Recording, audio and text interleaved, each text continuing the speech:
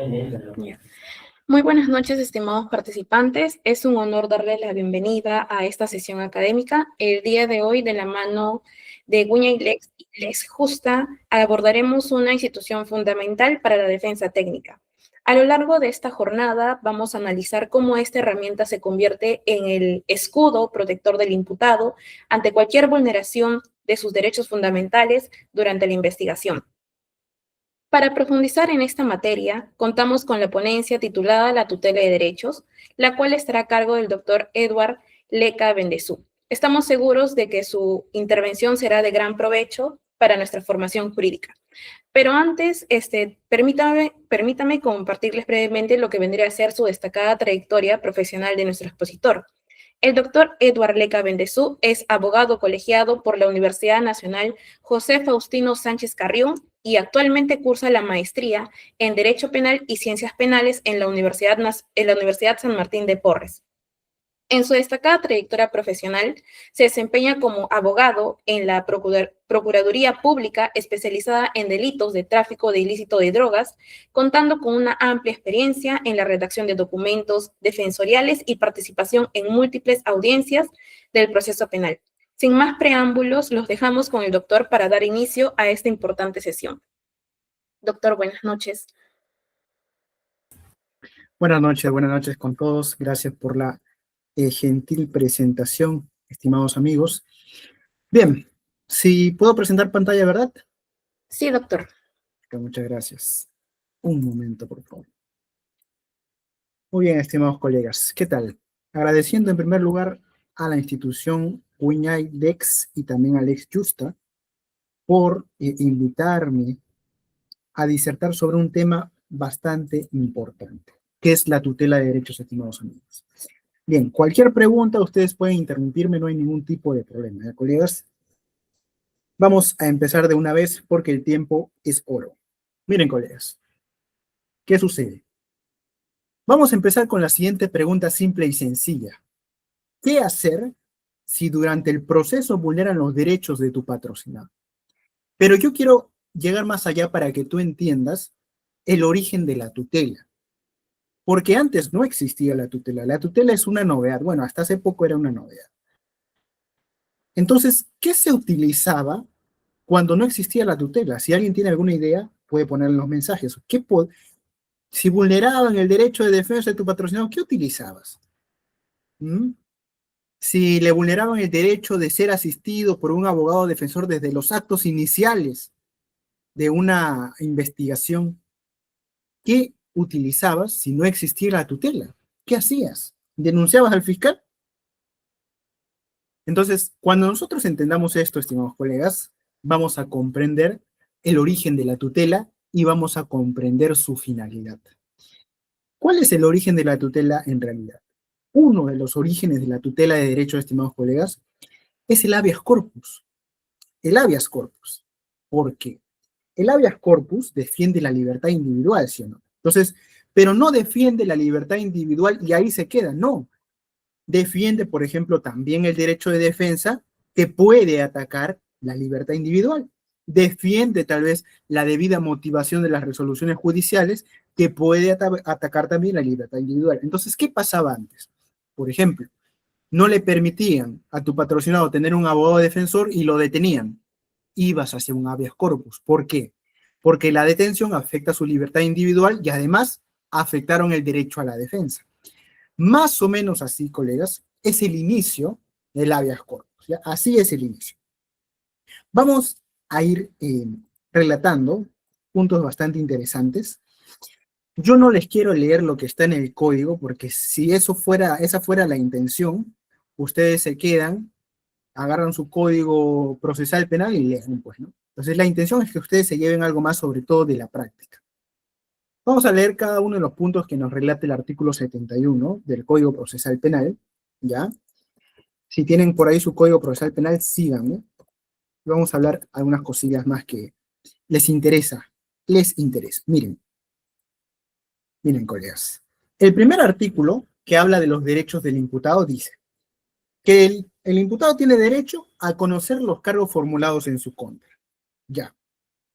Ahora, si tú lees esto, tú entenderías y dirías, bueno, que cuando me detengan me informen por qué me están deteniendo. Ya, doctor, pero no se queda ahí.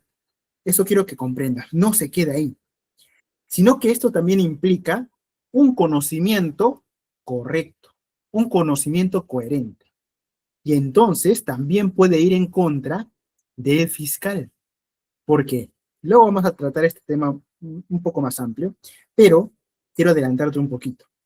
El fiscal, cuando emite su disposición de formalización de la investigación preparatoria, hace una imputación, ¿sí o no? Te atribuye los cargos, ¿sí o no? Claro. Entonces, si él lo hace de manera gaseosa, confusa, te está afectando ese primer derecho. ¿Por qué? Porque si bien te hace conocer los cargos formulados en tu contra, lo hace de manera confusa. Y esto se llama una falta a la imputación necesaria, que luego vamos a ver que la tutela de derechos también lo protege. Pero recuerden, les voy adelantando lo siguiente.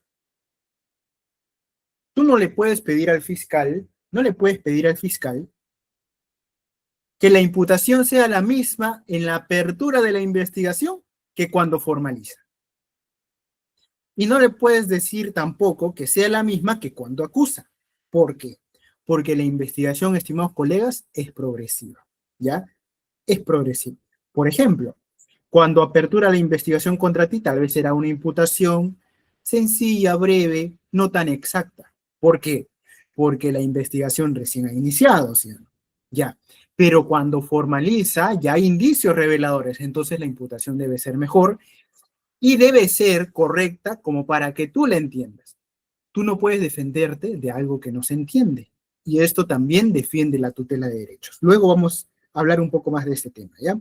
Primero quiero que entiendan que los artículos o los numerales del artículo 71 no lo entiendan ustedes muy literal, ¿ya? Cuando ustedes planteen una tutela, tal vez si son abogados defensores, interpreten constitucionalmente.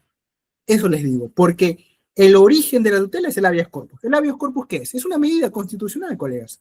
El habeas corpus viene de un proceso constitucional. Entonces, si ese es su origen, la tutela también debe interpretarse constitucionalmente. ¿Ya? Constitucionalmente. Entonces, cuando ustedes lean, conocer los cargos formulados en su contra. Ah, pues que me digan por qué me están deteniendo. No, amplíense, váyanse más allá. El fiscal también imputa, claro, y tiene que imputar bien. Ahí también se va este derecho. Seguimos. Designar a la persona o institución que debe comunicarse su detención y que se haga de forma inmediata. Este derecho también está referido a cuando detienen al imputado, ¿no? Tienen que darle pues la posibilidad de informar a su abogado o a tal vez algún familiar sobre su detención. Ya, de aquí no hay mucho debate que digamos. Ahora, el tercero. Ser asistido por un abogado defensor desde los actos iniciales. Y aquí sí quiero ser bien claro con ustedes y que comprendan lo siguiente y que no se equivoquen. Seamos razonables. La detención en flagrancia, colegas, no necesita un abogado defensor. Partamos de ahí. La detención en flagrancia no necesita un abogado defensor. ¿A qué se refiere cuando dice actos iniciales? ¿A qué se refiere actos iniciales? Cuando elaboran tal vez los documentos del acta de intervención policial, cuando ya pasó tiempo después de la flagrancia. No se refiere a que, oye, el policía ve que un sujeto está golpeando a otro. No está su abogado, todavía no hay que detenerlo. No se refiere a eso el derecho de ser asistido por un abogado desde los actos iniciales, sino que después que lo detienen, tienen que llamar a un abogado defensor que el imputado elija, o si no quiere elegir a nadie, se le pone uno de oficio. Les cuento un caso. Yo sé que ustedes comprenden, aprenden mejor con casos. Yo trabajé en la Procuraduría, ya no trabajo, me desempeño en la defensa privada, pero les comento lo que un abogado en un caso de tráfico de drogas hizo, y yo creo que fue correcto. Miren, el caso es más o menos así. Detienen a una persona en posesión de drogas, en flagrancia. ¿ya? Y, pues, pasa tiempo, lo llevan a la comisaría, la policía hace actas de intervención, hace actas, pues, de registro en la comisaría y nunca llaman a su abogado, nunca, tampoco señalan uno de oficio. La policía puede excusarse en decir, no, pero el imputado no señaló ninguno, así que tuvimos que continuar. No, claro que no. A eso se refiere este artículo. ¿Qué pasó en la audiencia de tutela? El juez declaró nula la detención. Declaró nula la detención y además nula las actas de intervención, actas de registro. ¿Por qué? Porque no fue asistido desde los actos iniciales de un abogado defensor. Véase que esto se tiene que interpretar de acuerdo a las circunstancias, ¿ya? De acuerdo a las circunstancias. Siguiente, guardar silencio y si acepta declarar, hacerlo y que su abogado esté presente en todas las diligencias que requiera su presencia. Yo les quiero preguntar, te detienen, a ver, detienen al doctor Manuel, lo detienen en flagrancia delictiva. Y el doctor Manuel se pone nervioso y dice, confieso. Y el policía empieza a redactar su acta y dice, bueno, siendo el día 30 de enero del 2026, a las 8:17, Manuel fue detenido en circunstancias que, y pone, además, el señor Manuel ha confesado el delito y ha dicho que él sí ha participado en él. Punto. Firman. ¿Eso está bien? ¿Qué piensa? ¿Eso está bien o no? ¿Mm? ¿Está bien que los policías pongan en el acta de intervención la confesión o el dicho de un intervenido o un detenido? No. Las actas, estimados colegas, exacto, estimado Anthony, las actas son de hechos, no de dichos. Por esa cuestión, tú puedes a través de una tutela, pues justamente que el juez declare nula dicha acta, ¿no? Que declare nula dicha acta. ¿Por qué? Esto va relacionado un poco a este derecho. Guardar silencio y se acepta declarar que su abogado esté presente. Ya. Doctor, pero si el abogado está presente, tampoco. Las actas no pueden tener dichos, sino hechos. Y en todo caso, las confesiones deben darse ante el fiscal o ante el juez en su debido momento. ¿Ya? En su debido momento. No puede realizarse ante la policía y la policía no puede interponer eso en su acta. ¿Ya? Ahora, otro punto que ustedes deben saber sobre este derecho. Antes, estimados colegas, antes, ¿qué pasaba? Ustedes saben que si un testigo no va al Ministerio Público, lo pueden conducir compulsivamente. Por ejemplo, llamamos a declarar al doctor Robert. El fiscal dice, el día 31 de enero de 2026, el testigo debe apersonarse a instalaciones de la Fiscalía para que declare lo que tenga que decir respecto a los hechos delictivos, porque es testigo. Bajo apercibimiento de conducción compulsiva. Conducción compulsiva es que la policía te lleve allá, a la fuerza. Perfecto, eso respecto a los testigos. Pero ¿qué pasaba antes, colegas? Antes pasaba lo siguiente. Al imputado, al investigado, también se le citaba bajo conducción compulsiva. ¿Cuál era el pensar de antes? Que el imputado tiene que obedecer a la autoridad y ir a la fiscalía y decir si va a declarar o no. Recuerden que los testigos tienen obligación de declarar. El imputado puede guardar silencio o declarar. Ya, hasta ahí espero que lo entiendan. Pero, ¿cuál era el problema? Oye, y el imputado no puede presentar un escrito y decir, ¿sabe qué, señor fiscal, no voy a declarar, voy a guardar silencio? ¿Qué pasaba antes? Antes los fiscales decían, no, tú tienes que estar acá presente, obedecer a la autoridad. Oye, pero yo estoy guardando silencio a través de mi escrito, mi abogado lo está firmando. No, no, no tienes que venir. Y los conducían compulsivamente. Los conducían compulsivamente. Ya. Pues con el recurso de nulidad del 2019, 936-2019 Lima Este, se aclaró que los imputados pueden guardar silencio también a través de un escrito. Y claro, por supuesto que sí. ¿Cuál es la necesidad de que el fiscal lo conduzca compulsivamente y haga que guarde silencio en su despacho? No había necesidad de eso. Oye, doctor, y ya te pregunto, ahora que ya sabes un poco más de la tutela, ¿qué harías tú si a tu patrocinado no asiste y por escrito dice que va a guardar silencio, pero el fiscal emite su disposición de conducción compulsiva? ¿Qué harías? ¿Mm? Ya, tú dirías, pues, ¿no? Pediría la tutela para que le declaren nula. Pero ¿qué derecho se ha vulnerado? ¿Cuál es el derecho vulnerado? Recuerden, uno de los puntos esenciales para cuando tú interpongas una tutela, identificar el derecho vulnerado. Identificar el derecho vulnerado. ¿Cuál sería el derecho vulnerado ahí? Justamente que no se empleen contra él medios coactivos que alteren su libre voluntad. O incluso el derecho a guardar silencio. El derecho a guardar silencio. Entonces, tú identificas esto, interpones la tutela y declaran nula esa disposición fiscal de conducción compulsiva. ¿Qué otra cosa puedes hacer? Un habeas corpus. ¿Ya? Tienes dos caminos. Habeas corpus o tutela de derechos. El habeas corpus también puede funcionar. ¿Por qué? Con la disposición de conducción compulsiva están vulnerando el derecho al libre tránsito de tu patrocinado. Es decir, perjudica la libertad, ¿sí o no? El habeas corpus, ¿qué protege? La libertad. Y además, ¿qué están vulnerando? El derecho a guardar silencio, el derecho a que no empleen contra él medios coactivos y, bueno, a través de un habeas corpus. ¿Cuál te conviene más? Yo creo que en este caso el habeas corpus, porque es más rápido, es mucho más rápido. Y además tiene criterios más constitucionales. Puedes ir también por la tutela, pero el habeas corpus también es una vía. Siguiente, ser examinado por un médico legista cuando su estado de salud así lo requiera. ¿En qué sentido va esto?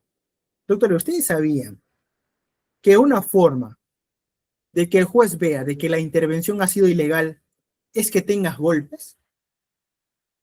¿Es que te hayan golpeado? ¿Que te hayan pateado? ¿Que tengas lesiones? Es una forma, un indicio de que la detención ha sido ilegal. Oye, ¿y tú cómo pruebas esto? Con un médico legista. Claro que sí.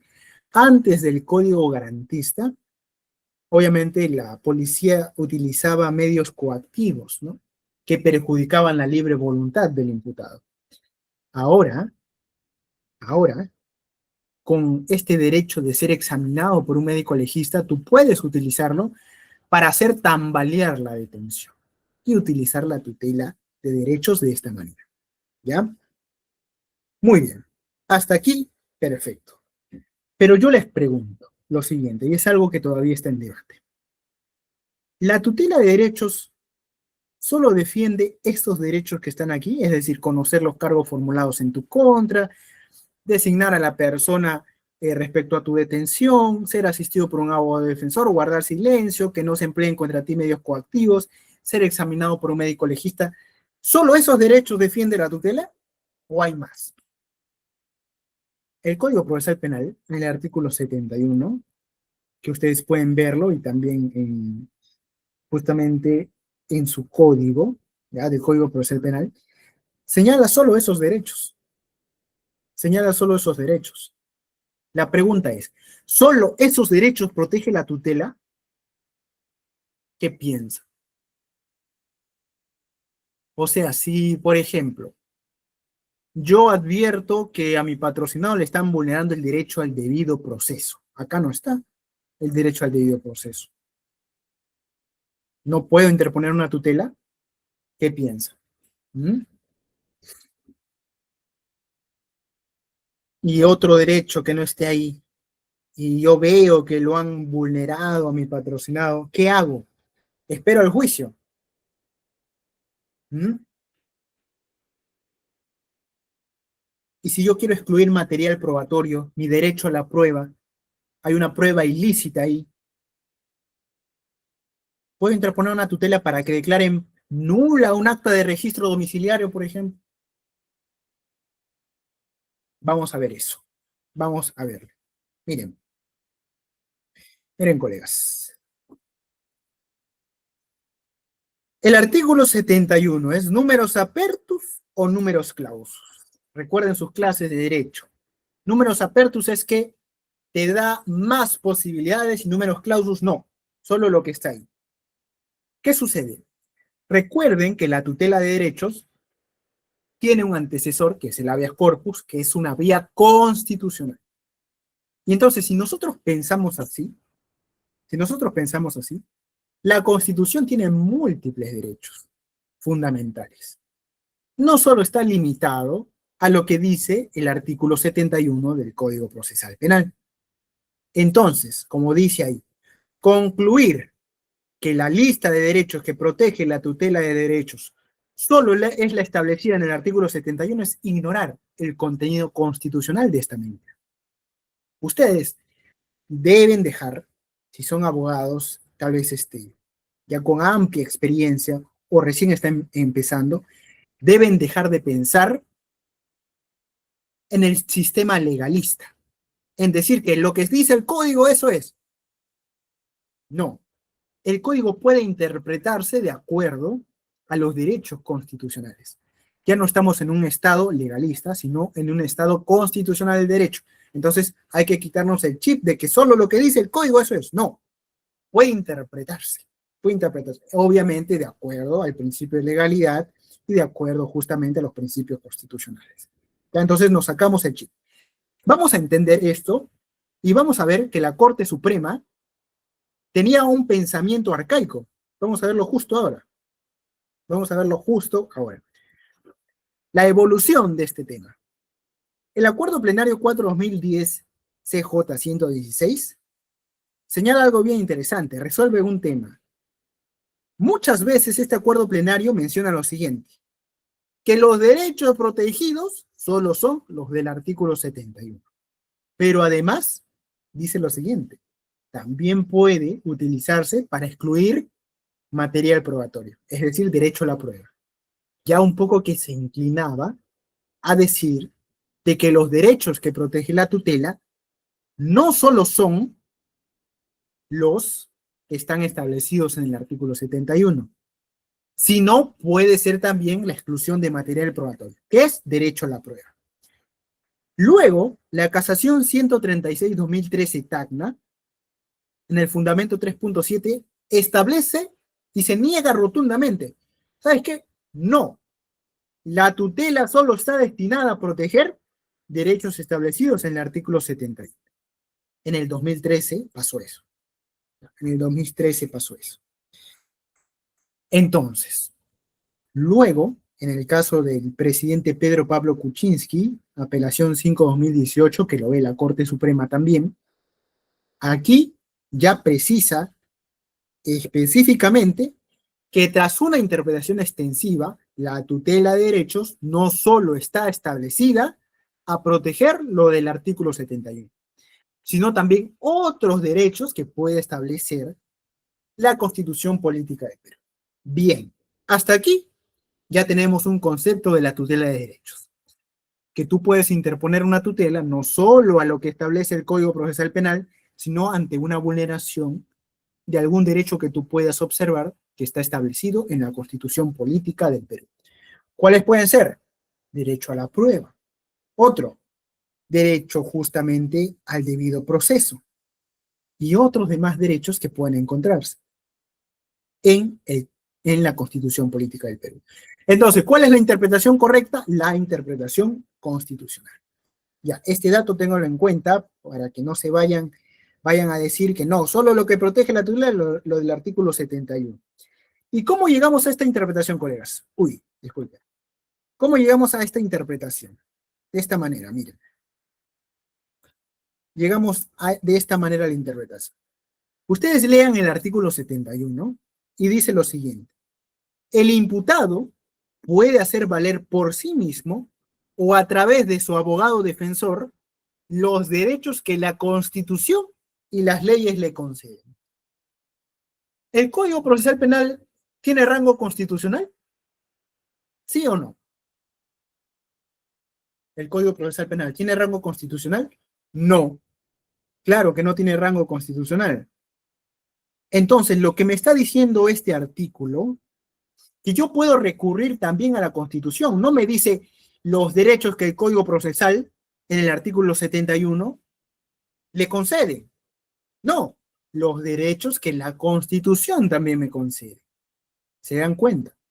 El propio artículo da la posibilidad de recurrir a la Constitución Política del Perú para observar yo si me han vulnerado ahí algunos derechos. ¿Ya? Seguimos entonces.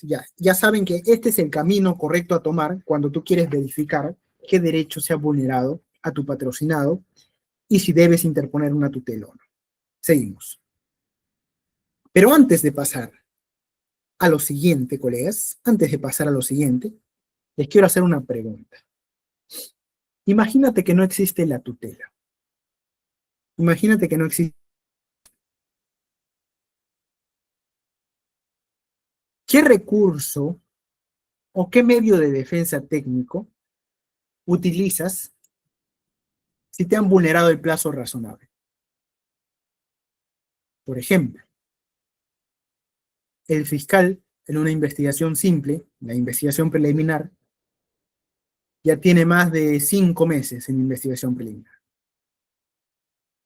¿Qué medida utilizas? ¿Qué medida utilizas? ¿Mm? Es el control de plazo. Oye, pero yo te pregunto, ahora vamos a la siguiente situación. Que no existe el control de plazo. ¿Qué interpones? La tutela, ¿sí o no? Pero aquí viene la pregunta. Si existe control de plazo y si existe tutela, ¿cuál debes utilizar? Porque el derecho al plazo razonable también es un derecho que podría protegerse a través de la tutela de derechos. Pero además también tienes el control de plazo para defender el plazo razonable. Entonces, ¿cuál utilizas?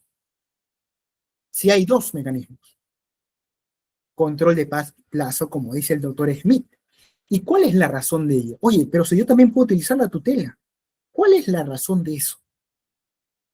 La razón, colegas, es el principio o, exacto, o el punto esencial, como ya lo dijo el doctor Smith, la característica principal que tiene la tutela de derechos.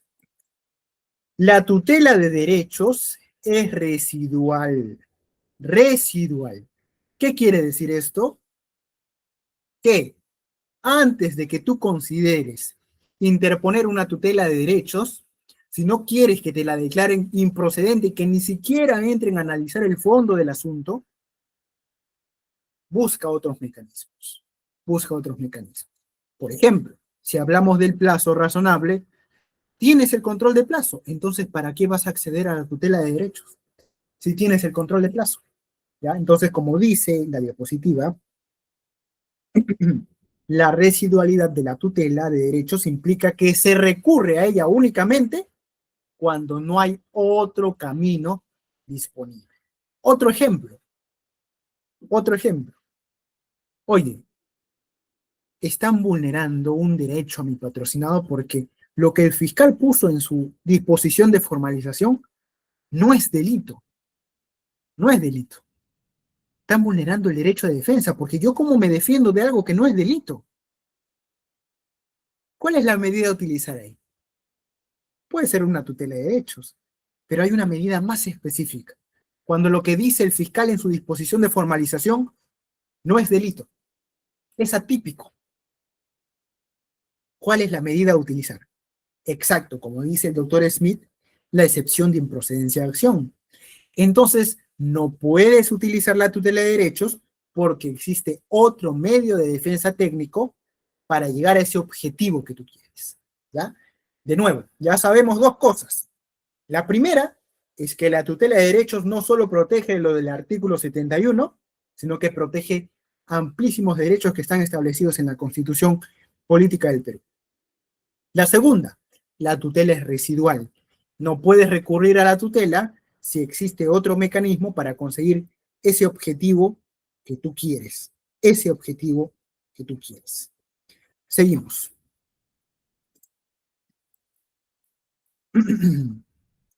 ¿Cuándo interponer la tutela? Vamos a derecho penal, a derecho procesal penal básico. Las etapas del proceso penal son investigación preparatoria, que incluye la investigación preliminar, la etapa intermedia y el juicio oral. Eso es básicamente. Oye, ¿yo puedo interponer una tutela de derechos en el juicio oral? ¿Puedo interponer una tutela de derechos en la etapa intermedia?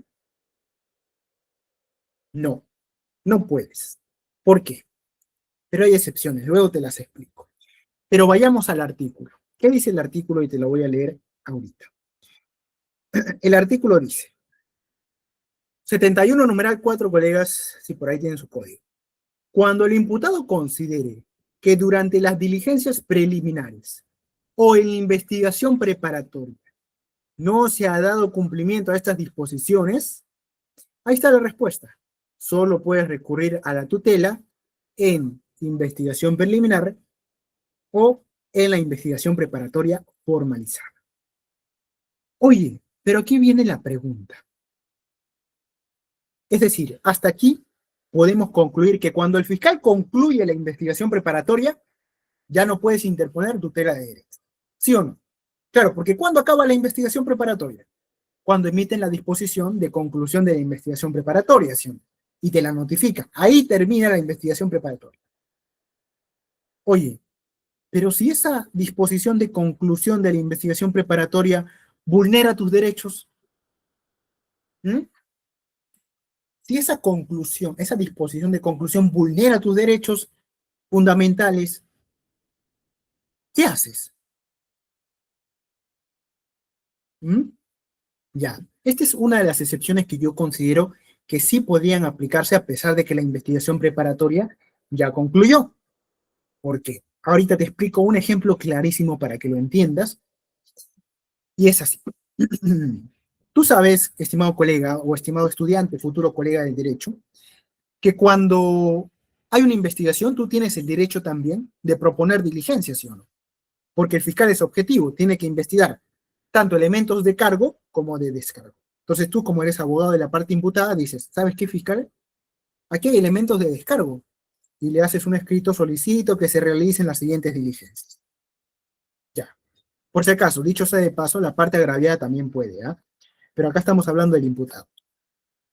¿Qué pasa si el fiscal, o sea, tú presentas tu escrito el día de hoy y mañana concluye la investigación?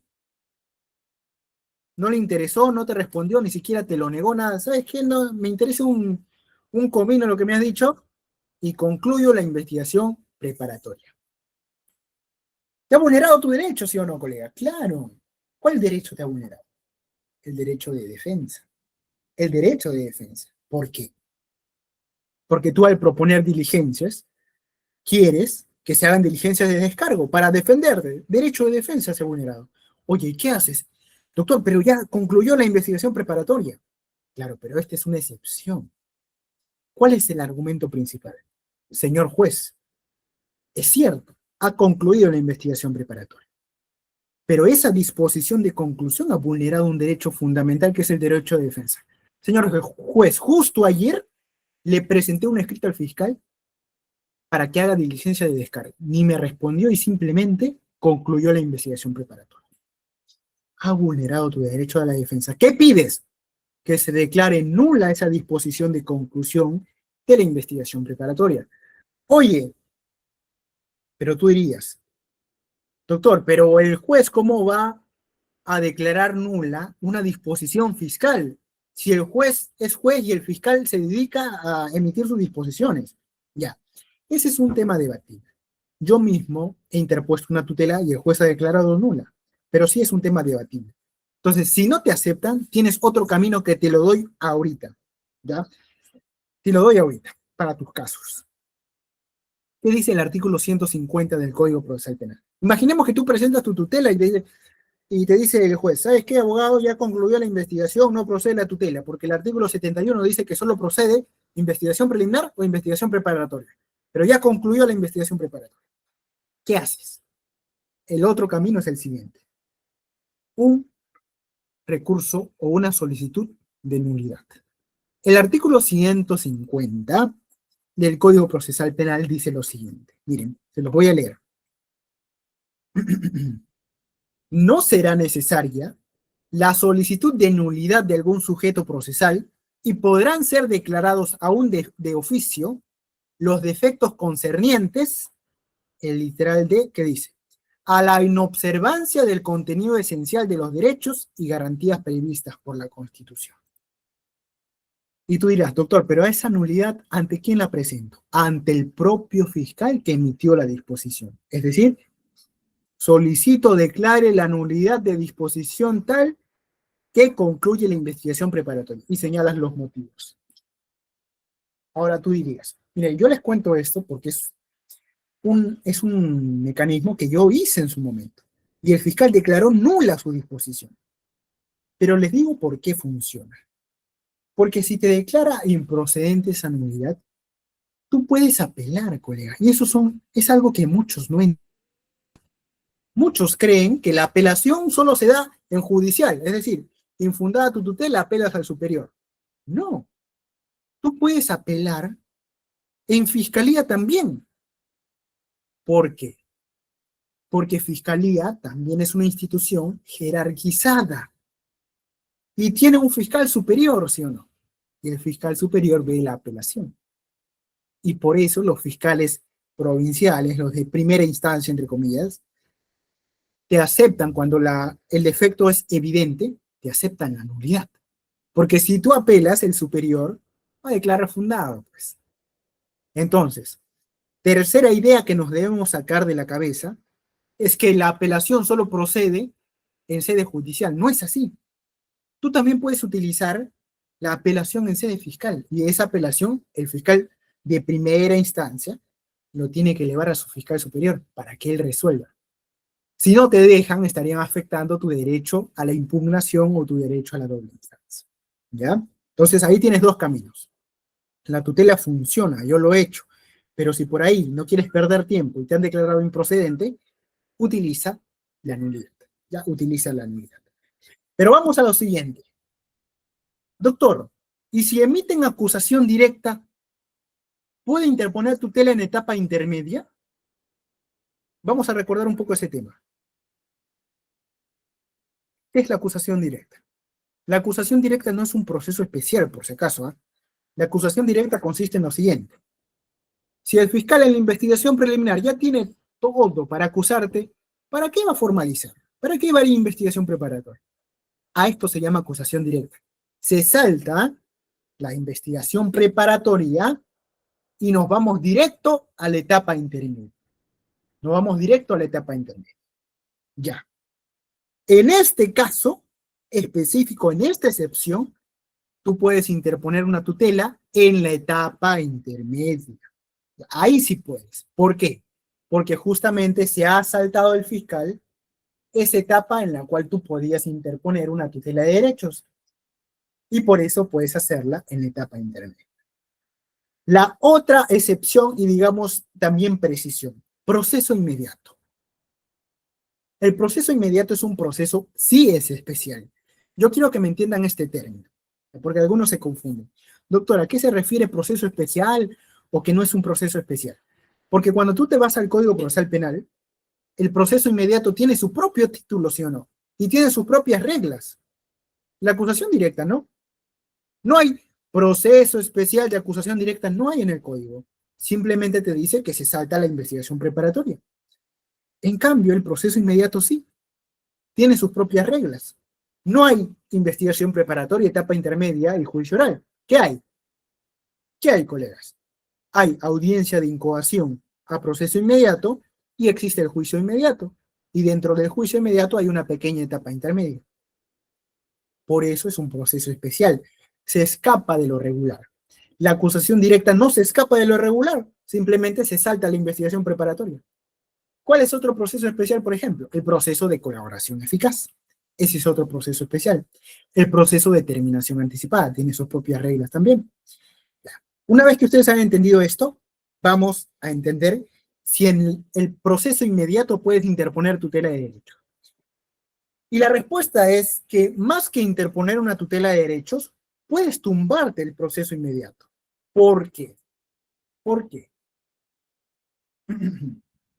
Doctores, el proceso inmediato tiene una característica esencial. Básicamente que tiene que estar todo listo para que el fiscal acuse. Si hay por ahí una cuestión que debe investigarse todavía, que debe averiguarse, que debe realizarse una diligencia para saberlo, o si hay por ahí un tambaleo de un acta de intervención policial y no hay indicios suficientes, se cae el proceso inmediato. Tú puedes oponerte a ese proceso inmediato en la audiencia de incoación. En la audiencia de incoación. Entonces, ¿para qué vas a interponer tutela si puedes tumbarte el proceso inmediato a través de la vulneración que tal vez ha existido de un derecho fundamental?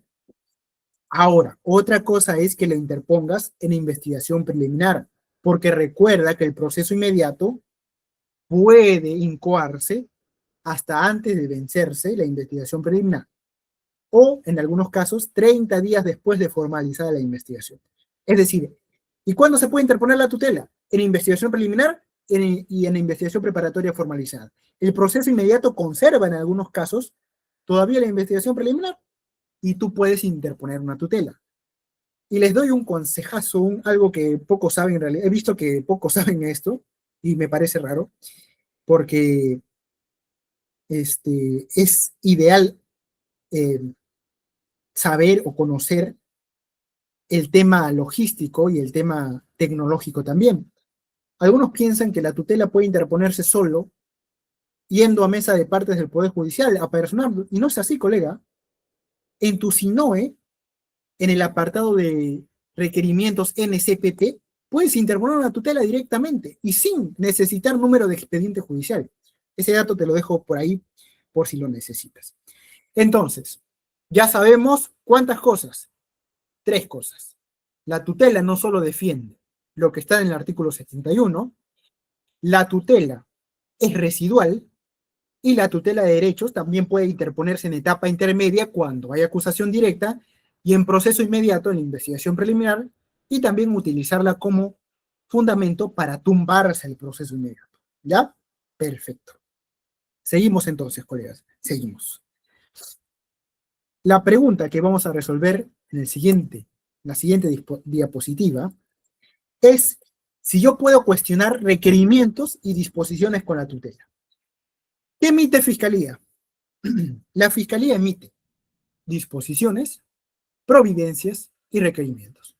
Las providencias son de mero trámite. Las providencias son de mero trámite. Por ejemplo, se reprograma la diligencia, declaración testimonial porque el testigo no asistió. Una providencia, no necesita mayor fundamento. Las disposiciones son para realizar actos procesales que requieren una motivación. La disposición de apertura, por ejemplo. La disposición de formalización. Y el requerimiento fiscal es para dirigirse al juez a pedirle algo. Perfecto. Eso quiero que me entiendan. Listo. Una vez que ustedes entendieron esto, vamos a leer lo que dice el artículo 71, numeral 4. Dice, el imputado, cuando considere que durante las diligencias preliminares o la investigación preparatoria no se ha dado cumplimiento a estas disposiciones, o que sus derechos no son respetados, o que es objeto de medidas limitativas de derechos indebidas, o de requerimientos ilegales. Oye, entonces esto me dice que yo puedo interponer una tutela ante un requerimiento fiscal ilegal, ¿sí o no? Por supuesto que sí, por supuesto que sí. Y esto en una interpretación extensiva me dice que también puedo interponer una tutela ante una disposición fiscal que vulnere mis derechos, que vulnere mis derechos. Ya, pero yo les quiero explicar algo acá. Esto no puede aplicar en todos los casos. ¿Por qué?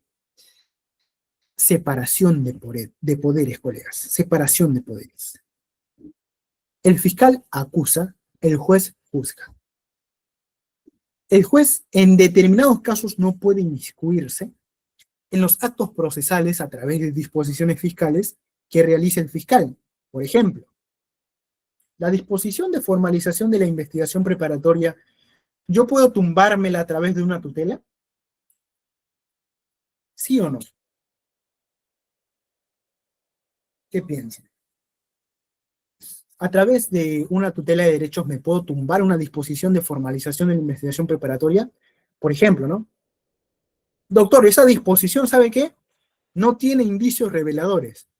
Por lo tanto, está vulnerando el debido proceso, ya que el código establece que para formalizarse que requieren indicios reveladores. Interpongo una tutela. ¿Puedes hacer eso? Doctor, el fiscal no ha individualizado bien al imputado. ¿Se puede? La respuesta es no, colegas. Por ejemplo, en el ejemplo anterior que les puse de la disposición de conclusión, ahí sí, es un caso excepcional. Pero, por ejemplo, la disposición de formalización no. El Acuerdo Plenario 4/2010, que ustedes lo pueden leer ahí, justamente dice esto. ¿Pero qué dice este Acuerdo Plenario? Dice que la disposición de formalización es un acto unilateral, es decir, el fiscal emite su disposición de formalización. Esto no perjudica a derechos como tal, pero vayamos más allá. No nos quedemos con lo que dice el Poder Judicial aquí. Oye, estimado colega, si tú consideras que no hay indicios reveladores y el fiscal acusa, ¿qué puedes hacer? Pedir el sobreseimiento, ¿sí o no? Y si tú consideras que no ha individualizado bien al imputado y el fiscal acusa, ¿qué puedes hacer? Hacer una observación formal en etapa intermedia, por supuesto que sí. Entonces, es residual la tutela. Si tú puedes utilizar otro mecanismo, la tutela no es procedente.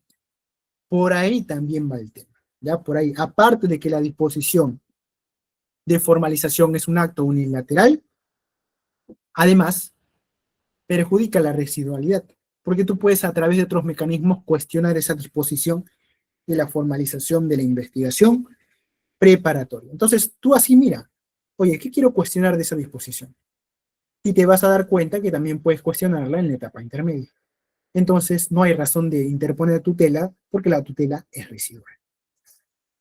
Pero otras disposiciones también pueden ser objeto de tutela. Hay un caso bastante interesante que les quiero contar.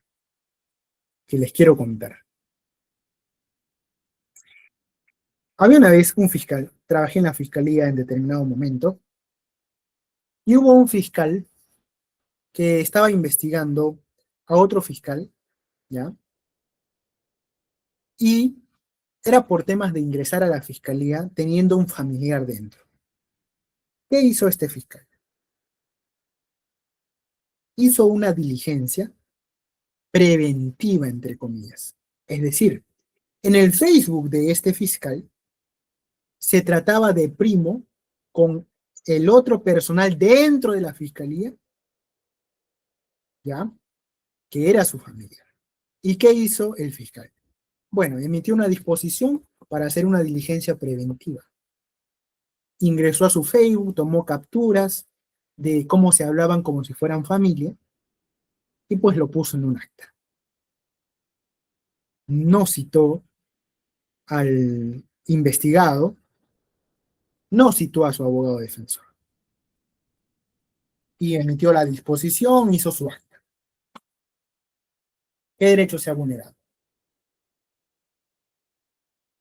Derecho a la defensa. Derecho a la defensa. Y efectivamente la defensa interpuso una tutela y fundada la tutela, porque eso es un requerimiento ilegal y nula esa disposición. Se dan cuenta, hay casos en los cuales sí puede utilizarse una tutela para que se declare nula una disposición fiscal, pero hay casos en los que no.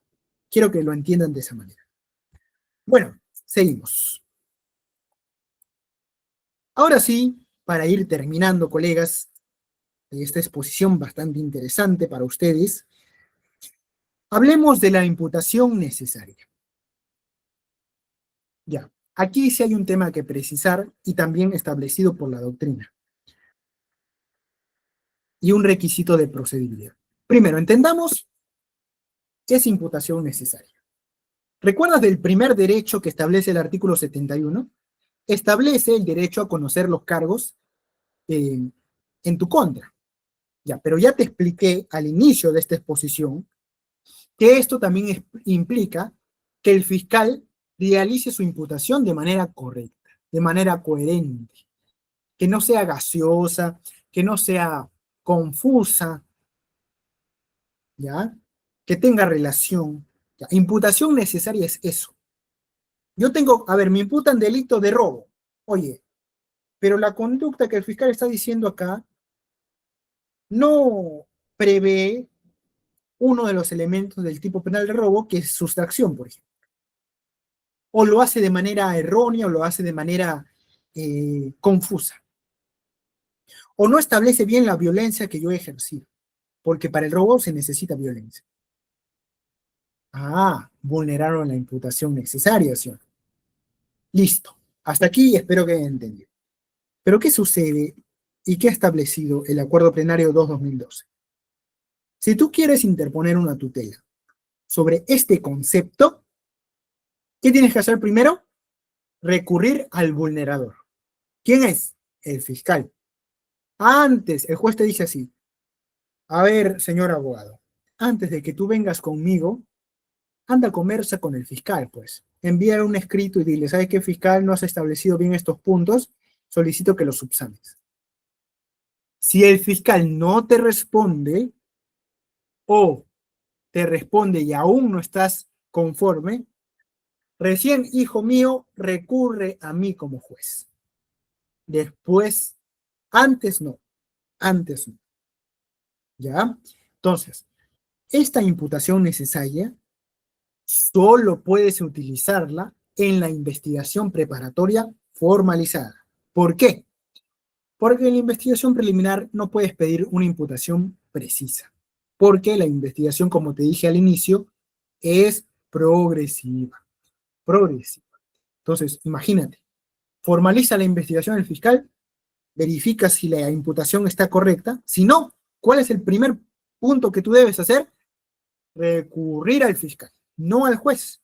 Ya, luego de que el fiscal no te contesta o te contesta mal, recién puedes recurrir al juez de investigación preparatoria a través de la tutela de derechos.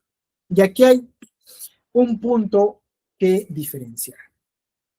Es muy distinto que tú digas que lo que dice el fiscal no es preciso a decir que lo que dice el fiscal no es delito.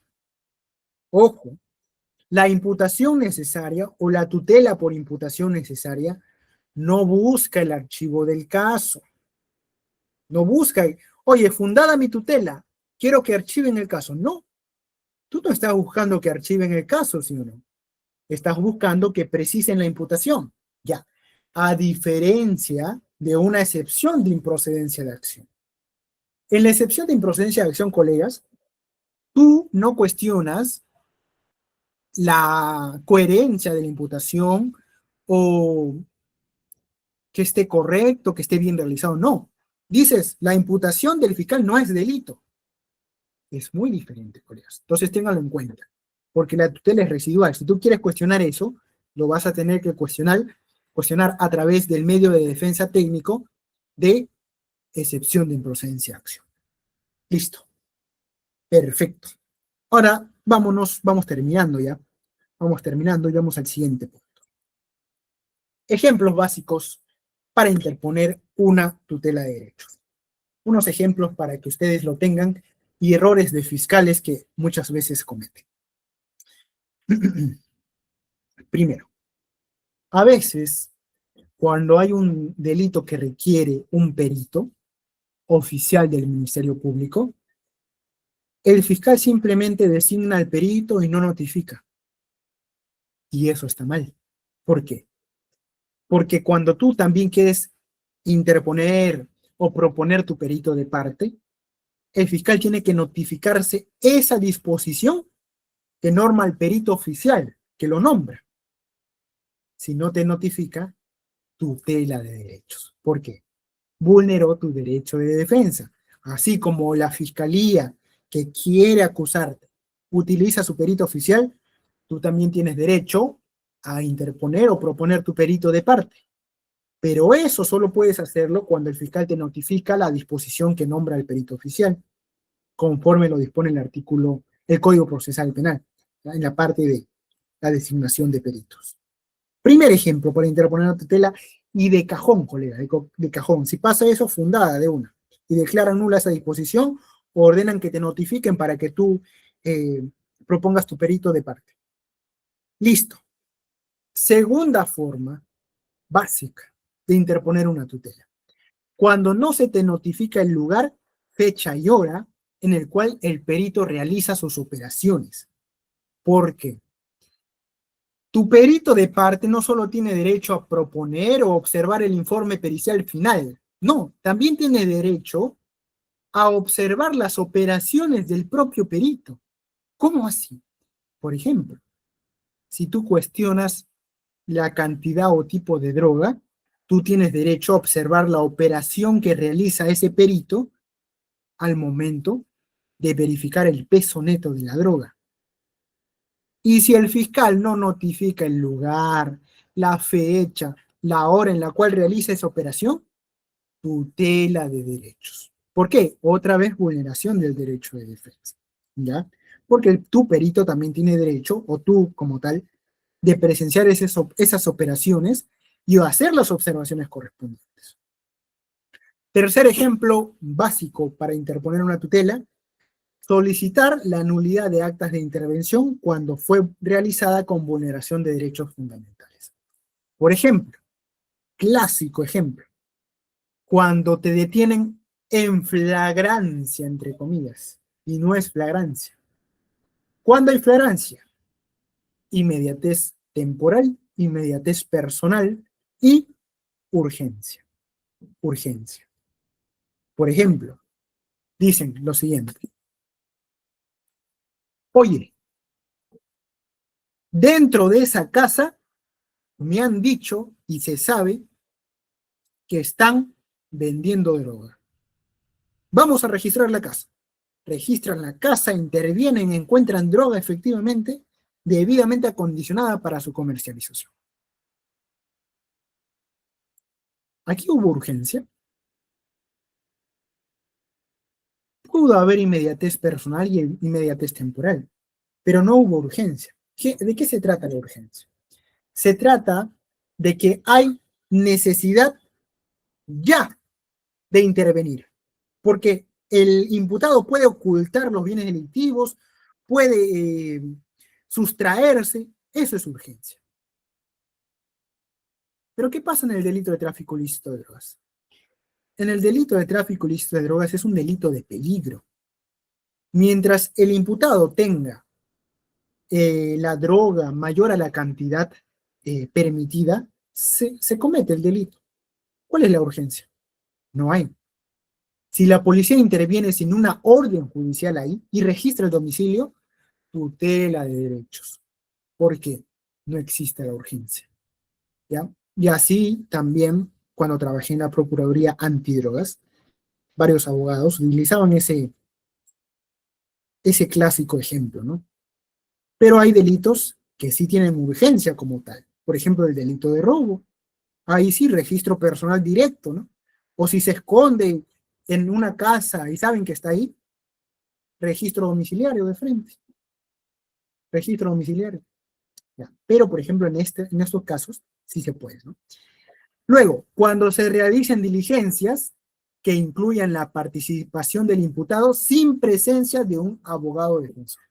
Esto también es de cajón. Si tú ves que una diligencia se realizó sin abogado defensor y recién el imputado te designa a ti o te contrata y ves esa diligencia, tutela de derechos de cajón, colega. ¿Por qué? Nula esa diligencia, porque no hubo abogado defensor. Clásico, clásico. Y bien, colegas, antes de acabar con esta exposición, quisiera también comentarles un tema que todavía no está establecido, pero es necesario hablar. ¿La parte agraviada puede interponer tutela de derechos? ¿La parte agraviada puede interponer tutela de derechos? Porque el artículo 71 habla de el imputado. La estimada doctora Janet dice que sí. Pero ¿cuál es la interpretación? Miren, si ustedes leen el artículo 71, dice directamente, dice el imputado. Oye, pero la parte agraviada también tiene derecho de defensa. ¿Por qué no le vas a dejar interponer una tutela de derechos? ¿Saben? Hace poco en el caso de nuestra queridísima presidenta Dina, ahí la Procuraduría que veía el caso interpuso una tutela de derechos y analizaron el fondo. ¿Se dan cuenta? De nuevo yo les recalco, estimados colegas, no se queden con lo que dice el Código Procesal Penal. Como dice la doctora Janet, así es. La parte agraviada puede interponer una tutela de derechos. No se queden. Sí, el Código Procesal Penal dice el imputado, pero la parte agraviada también tiene derecho de defensa. La parte agraviada, como dice incluso el título preliminar del Código Procesal Penal. Vamos a leerlo antes de terminar. ¿Qué dice? Miren, se los voy a leer, solo una partecita para que me entiendan. Artículo 9 del título preliminar del derecho del Código Procesal Penal, derecho de defensa. Numeral 3. El proceso penal garantiza también el ejercicio de los derechos de información y de participación procesal a la persona agraviada. La autoridad pública está obligada a velar por su protección y a brindarle un trato acorde a su condición. Entonces, si interpretamos de esta manera, vamos a concluir que claro que sí, la parte agraviada puede interponer tutela de derechos al vulnerarse sus derechos fundamentales. ¿Cuáles derechos? Por ejemplo, también tiene derecho a participar en las diligencias. Si no le dejan, tutela de derechos. Tiene derecho a que se le informe. Si no le informan, tutela de derechos. Así es, colegas. Entonces, les doy muchas gracias por estar atentos a esta exposición y cualquier pregunta que ustedes quieran o no les haya quedado claro algún tema, adelante y yo estoy presto a responder. Una vez, muchas gracias por la invitación a los colegas de Uña y Lex y a Lex Justa. Muchas gracias, colegas. Eso sería todo.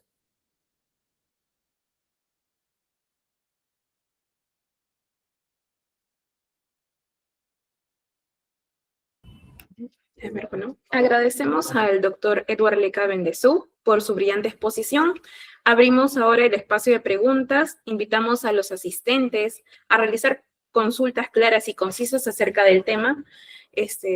Pueden levantar su mano y el doctor va a responder a sus preguntas, por favor.